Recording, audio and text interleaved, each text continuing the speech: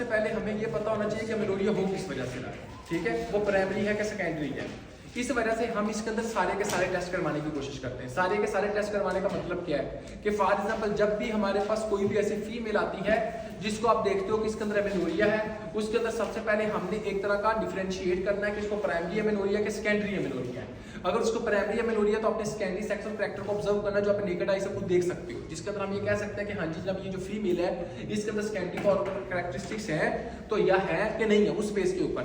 फिर आपने उसके अंदर क्या करवाना है, आपने उसके अंदर देखना है कि इसके अंदर हाइपरगोनाडोट्रोपिक हाइपोगोनेडिज्म तो नहीं है, या हाइपोगोनाडोट्रोपिक हाइपोगोनेडिज्म तो नहीं है, ये इसके अलावा कोई और फैक्टर्स तो नहीं है। फिर कौन कौन से फैक्टर्स हैं, एक एक चीज को आपने डिफरेंशिएट करना है। जैसे कि आप FSH-LH का टेस्ट करवा सकते हो, जैसे कि आप एस्ट्रोजन और प्रोजेस्टेरोन का टेस्ट करवा सकते हो, समझ आ रही है। FSH-LH का टेस्ट करवाएं, एस्ट्रोजन और प्रोजेस्टेरोन हार्मोन का टेस्ट करवाएं। इसके साथ आपको पता है कि प्रोलैक्टिन हार्मोन जो होता है वो भी आपका एमेनोरिया करवाता है, प्रोलैक्टिन हार्मोन का लेवल चेक करवाएं।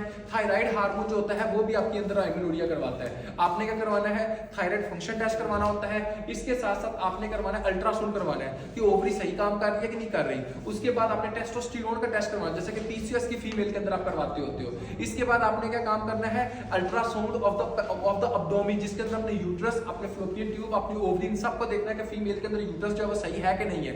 उसके बाद आपने हिस्ट्री के अंदर इम्परफोरेट हाइमन की हिस्ट्री लेनी है। उसके बाद आप जो टेस्ट करवा सकते हो वो आप देख सकते हो कि कहीं इसको टीबी तो नहीं है, कोई स्ट्रेस तो नहीं है, कोई एक तरह का डाइट प्लान के ऊपर पीछे तो नहीं भागी जा रही। ये सारे के सारे फैक्टर्स जो होते हैं वो एक तरह का एमेनोरिया करवा सकते हैं और हमने एक एक फैक्टर को देखना होता है। और सबसे मोस्ट इंपॉर्टेंट फैक्टर वो क्या है, प्रेगनेंसी को चेक करना है।